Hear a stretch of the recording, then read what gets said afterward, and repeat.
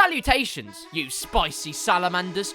Welcome back to the F1 23 Last to First Championship. Today, we head to the Pistol Grand Prix. Okay, so now you're subscribed, we're driving in the Alpine for the first time this season as Esteban Ocon. So let's see what we can do then at a sunny Spa-Francorchamps in qualifying. Lap times in anger then, and Esteban Ocon is fueled with rage as he heads towards La Source for the first. That's not... Oh, no! Oh, good grief! Mary, mother of Jesus, Esteban Ocon has completely sent it and gone in all the wrong directions. He goes to the right, slams into the wall, the crowd love it, and it's a terrible end to qualifying for the very hot-headed Esteban Ocon. Someone who has whipped one out, though, is Max Verstappen. Pole position for the Dutch driver once again. That actually was quite disgusting. That might not actually stay in the video. Pole position by 3/10, though, is very ominous for the rest of the grid. His teammate only down in 4th. Probably his closest challenger, realistically, considering the pace of that Red Bull. But it's joy for Ferrari. 2nd and 3rd in qualifying. Lando Norris, a wonderful effort. My teammate in 9th, which is fantastic. Ricciardo a long way off his teammate, Tsunoda, and we're last. We are last. And you know what? There's a reason for this. Esteban said to me, you know what? I put some fans on my car. They are from Dunelm, and they're about 50p each. But you know what? I put them on the bottom of my car, and they tried to suck him to the floor. They didn't do enough suck. And as a result, well, we're lost.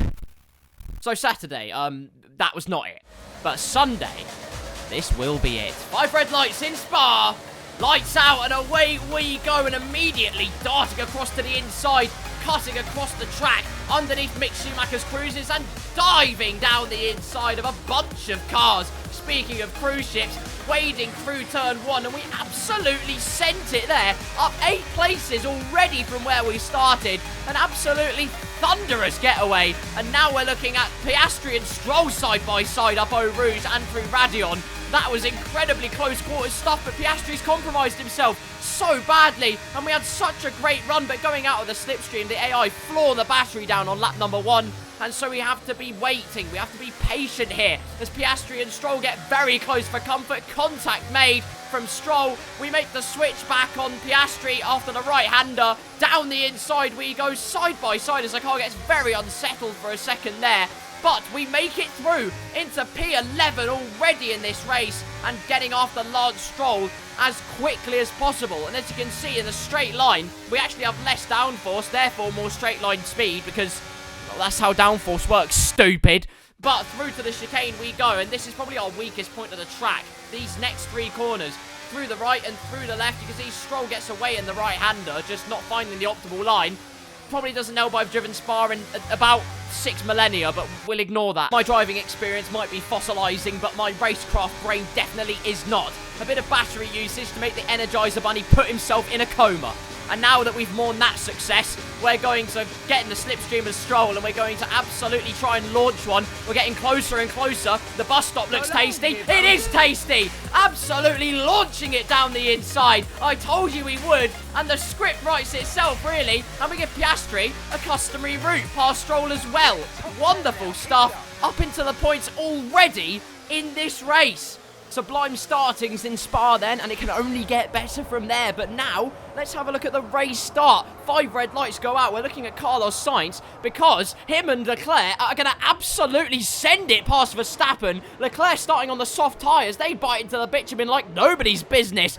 And Sainz really is the dog's bollocks, so he's going to get all up in Verstappen's business briefly side by side as they head into Eau Rouge. While they're battling, Leclerc is screaming off into the distance. Unbelievable from the Ferrari team, and Sainz is going to make it double trouble for Max Verstappen as he pulls to the inside at the Kemmel Straight, and he's going to go down the inside into Les Combes. In the right-hander, Verstappen leaves in the room, and Sainz says thank you very much, and tangos his way round. Fantastic move, and I want to watch that again because that was sumptuous. Down the inside goes Sainz, turns to the outside as he dances, and oh, yes! Lap number 2 then blasting through Blanchimont for the second time this race, obviously. Alonso getting very close and personal with Gasly's rear end. Gasly has reported him to the authorities, don't worry. However, we are Team Alpine. We are the French connection, and we're about to send Alonso to the Bastille. He defends, well, fresh nitrogen to the inside, so we say, all right then, thanks very much for the invitation, and around the outside we go of Fernando Alonso. Lovely little move, absolutely tiptoeing our way round. Nothing to see there, just a clean overtaking maneuver from Esteban Ocon. Can you stop laughing, please? Honest. Anyway, moving swiftly onwards, Gasly has DRS, but so do we. But we have more slipstream, crucially. We feint to the outside, dummy him, go to the inside, and that, ladies and gentlemen, is a first-class stamp with express shipping down the inside, catching the slide beautifully out of the left-hander. A little bit snappy, but we'll ignore it. It's actually the Mercedes I'm focusing on. Russell and Hamilton were side by side there as we again catch another slide. The bumps at that corner in particular, if you turn too early, really can catch you out, so just be careful if you're ever doing that with no assists and heavy testicles, as we're now on the back of heavy testicled Sir Lewis Hamilton as he's getting caught up behind Russell. So we say, all right, down the inside we go. Let me help you out, Sir Lewis, as we now have the outside line, the momentum in our favour though, and that is P7 in this race. And Russell, no matter how hard I looked, I did check with my engineer later on, he does have damage. Where did he get it from? Well, no matter what replay I looked at, I couldn't find it. So really, he was just putting it on. So we're going to have to use Slipstream to put him out of his misery and show him that lying to the authorities of Formula 1 is not very nice. So through Eau Rouge, up Radion we go. DRS will be enabled. And once again, we are Alpine. We are the Bastille. And we're going to absolutely charge past George Russell. Once a Grand Prix winner, now the man with damage as he tries to put up a fight, but it's futile. It is absolutely futile. P6 already in this race on lap number 4, not even halfway through this race, and we are looking punchy as ever. Lando Norris next up, but Verstappen's 4th. Oh my god. This could be our chance. Ladies and gentlemen, Verstappen on slower tyres with a terrible start. Both Ferraris are 1-2 still in this race, and we are feeling pretty confident. We are going to ramp up the pace and catch up and claim a wonderful chance. It didn't work. It didn't work. And oh my window's open. Oh, it's free game. No, stop right there. We're going to be the optimism overlord here because there's a long way still to go in this race. And yes, I know we haven't been able to really reel in Lando Norris and the likes up ahead. But remember, like I said, it's a long way to go if you weren't paying attention. We're going to get a purple turn in, as you can see. There it is. Thanks, Ronaldo, once again, for rupturing my eardrums. And as we go out of the pit... Oh, there's aliens. Our extraterrestrial pit crew have done a great job, though. And as you can see, we are much closer to Lando Norris than we were before. And as we come out of the pit lane, I can reveal the gap is 1.7 seconds. Now 1.6. Oh, my God. What a stop. What a pit lane for us. And this could get very interesting now. What was a 3-second gap? We could reel in. We could have a fight with Norris here and potentially be on for a podium in this race. It didn't work. It didn't work. God, this race is horseshit. Well, I mean, there are a bunch of cars coming into the pit lane, and I know I'm the optimism overlord, but come this point of the race, when Norris got away because he had DRS, essentially, that's the only reason he did. Not because he's any good. He's the knobhead. But, actually, oh no! Hang on a second! Well, he knew something was coming because otherwise I wouldn't have included it. But Sainz comes out of the pits and he's on the hard tyres. What on earth's he done there? Ferrari, what have you done? Sainz on the hards, though, means we actually have a chance again in this race. Just over a second is the gap to Carlos Sainz. At the end of lap 7, that is very much under a second. And we're going to have DRS on the Ferrari man as we go on the attack and on the prowl for P5. And we'll go 10 points to our name. Leclerc setting the fastest lap briefly, and we have DRS on Sainz. So through La Source we go, getting a very decent corner through there. Fantastic. The exit is also fantastic. Give me a gold star because I've absolutely nailed that. And now down the hill towards Eau Rouge and then through Radion we will go. Nice and simple. DRS will be ours with only half a second behind Carlos Sainz. This should be an easy move into Les Combes. So, hiking the slipstream, sucking it up like a sucky boy, and into Les Combes where we didn't get anywhere near. We actually didn't get anywhere near. Well, you know what? The prancing horse actually was prancing in this particular instance, but we're going to have to infuse it with a truck ton of ketamine very shortly. On to the end of lap number 8 then, and second time's the charm. That's not the phrase. I don't care. Max Verstappen predictably sets the fastest lap of the race. And Red Bull they're actually ahead of Ferrari. Why? Well, you know what? I don't really care. You know, screw them. If the championship was without them, it would be a much better place. Sainz is the main target we have in question, though, for P3 in this race, if you see what I'm saying. Down the hill we go. DRS will be ours for the taking. We've had such a better launch. Sainz must have used a lot of battery last lap to keep us behind on that initial straight. This time, though, he's cannon fodder. He's a sardine, and we are a blue whale. Down the inside, it's not even going to be close as we head into Les Combes. Easy as you like. Purple Sector 1. And that, ladies and gentlemen, is an easy P5 for the Alpine team. It will be Esteban Ocon's best result of the entire season, should we keep it like this. And I'm going to show you this lap in full, as it was my best lap of the race, and really the only highlight of my race, other than all the overtakes. So through the left-hander, ignore the track limits, you don't need to discuss them. Through Pouon then, changing down the gear, keeping it on the throttle, keeping it pinned, and then tighten up the line on the second bit. Seems to gain you a little bit of time on the AI. Underneath the banner, and then brake as late as you dare. Keep trail braking through the right, hug it in, and then use a lot of the curb on the left. Use a lot of it on the outside as well. Just use all the curves, basically. On the outside of this corner, ignore. We have a green and a purple to our name. Then as we head through the third sector, we're going to dump the battery a little bit to see if we can get within range of Lando Norris. End of lap number 9 we're on now at this point. Full throttle through Blanchimont. It's absolutely easy nowadays. Back at, say, 10 years ago, though, it was a heavier ordeal. 100-meter board, brake for the bus stop, second gear, flick the car in, use the momentum on the second part, get the car straightened up as quickly as possible, and across the line we go for a 1 minute 44.5. The gap to Norris, though, we didn't manage to get it under a second, although with a slidey line, a bit of Tokyo drifting into the right-hander, we are suddenly within DRS range. We used a bit of battery as well, but we are actually firmly in DRS range, and this could make it very interesting for us. We're going to get away from Sainz, that's a given, but equally, we could be pulled up towards Leclerc and towards Lando Norris. So down the Kemmel straight we go. We're not going to have the chance this lap, but if we can keep within range, the last lap could get tasty. Last lap of circulating Spa-Francorchamps for this last to first challenge, and as you can see, we're actually nowhere near. We do have DRS, but what's this? Lando Norris up ahead of Leclerc. This is going to be McLaren's first podium if he keeps it like this, and he's easily passed by the time we get to Les Combes. And we are sniffing blood in the water a little bit, not just because Leclerc's car's very red, but also because we're keeping within a second, and through the corners, we're actually a lethal weapon. Although this is the last lap, and I know the AI love to dump their battery, of which they have, well, illegal amounts, quite frankly. So while the police ransack them at the end of the race, we're going to claim P1 and win by a million years. I'm talking about the police a lot today, and I don't know whether to be concerned by that. I mean, I don't have a criminal record. I'm absolutely fine. But then again, my car is blue, and the cars surrounding me are red.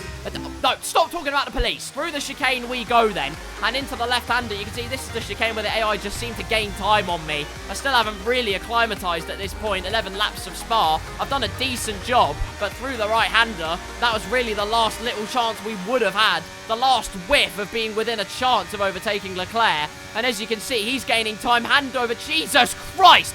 He's turned the VTEC on, and Ferrari Formula 1 team, sponsored by Adihash, gives you speed. Into the bus stop chicane we go for the final time. Max Verstappen wins yet another race in this championship. But for us, what a job we've done for Alpine. It's P5 in the Belgian Grand Prix. A fantastic effort from us as Esteban Ocon. We give Ocon his best result of the entire season. We were committed with the overtakes and bided our time at the end. Driver of the day, and all the plaudits and all the applause as well. A difficult race then on one of the all-time classic circuits, but they've persevered to take the win here today. Anthony Davidson, how do you think they were able to set themselves apart today? I really feel the track layout combined with the track temperatures we saw today suited their car. These cars come alive when the tyres are just at the right temperature, and the driver did a great job managing that as well. They just look so comfortable out there. It's like anything, it always looks so easy when it all just clicks. Red Bull are our winners today after showcasing some incredible driving. It's been a huge push from them lately to stay competitive with the other teams, and they're certainly proving themselves. Woo, Verstappen won. Who expected that? I certainly didn't. Anyway, he shakes the hand of the man on the podium, claims the winner's trophy, lifts the winner's trophy to the sky. He is really on top of the world in this Formula 1 last to first challenge. However, Lando Norris, my friend, well done. That upgraded McLaren, yes, it's upgraded, but never had a podium up until this point. He finally does it at the Belgian Grand Prix. But for us, from last on the grid, my goodness, P5 in the end. We outdo a Ferrari and a Mercedes car. And you know what? My teammate, Pierre Gasly, well done to you too, my friend. Finishing ahead of that lightning quick Aston Martin of Fernando Alonso and of Oscar Piastri in that McLaren. Just one solitary point for the Australian man. And despite everything McLaren have done today, I suspect in the constructors, they're not actually going to overtake Alpine, which is unbelievable considering everything. So we've done an absolute job for the French team. They normally wave their white flags, but we substituted that and made everyone else wave a black... I wish they'd wave a black flag, because then we would have won. Anyway, elsewhere, down the grid, nice and quickly. Albon's so close to points, I'm gutted for him. Bottas, I have no idea what happened. My God, what were you driving a bulldozer, mate? And Russell, 13's unlucky for some, and race number 13 was unlucky for him today. But maybe he can turn his results round. Who knows? Because next, we're off to Zandvoort. Before we round out a sensational Spa-Francorchamps spectacle, let's have a look at the Drivers' Championship standings.